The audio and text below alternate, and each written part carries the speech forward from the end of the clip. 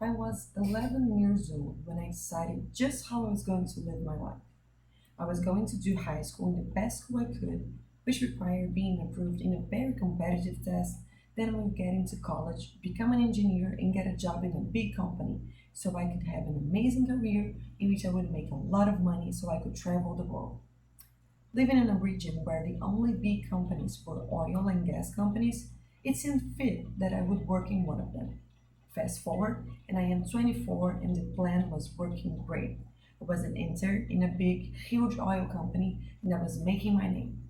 I was almost an engineer, my career seemed on track, and I had already picked my first big international trip to celebrate my graduation. But something felt wrong. I spent 6 to 8 hours in the company every day, and after that, I went home and studied. But all I studied and all my work was just about generating a profit.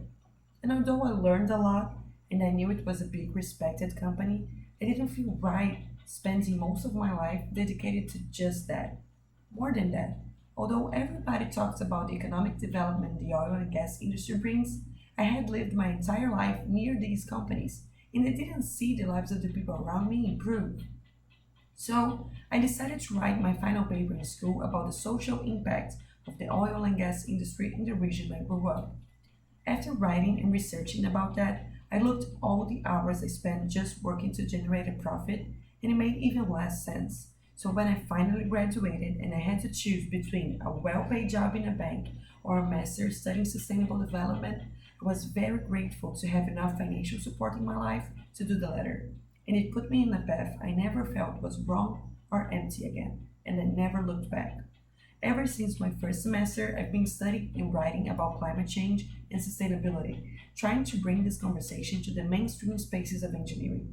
I bring information for people in my everyday life in whatever way I can, and I dedicated my work to sustainability, bringing the idea of helping those who need the most to the center of it whenever I can. I took extra courses and I lived in the Amazon rainforest area for a month and a half, working a social biodiversity business model generating income to indigenous peoples. I became a part of a consulting company where we work in projects that put the people and the climate at the center of solutions. Climate change and climate justice are such complex problems. I don't know how much change a single person can make. But every day, I do what I wish our state leaders and big companies would do. I choose to make whatever change I can by every means I have in my research, in my work as a consultant, and in every opportunity I see. This is how I climb it.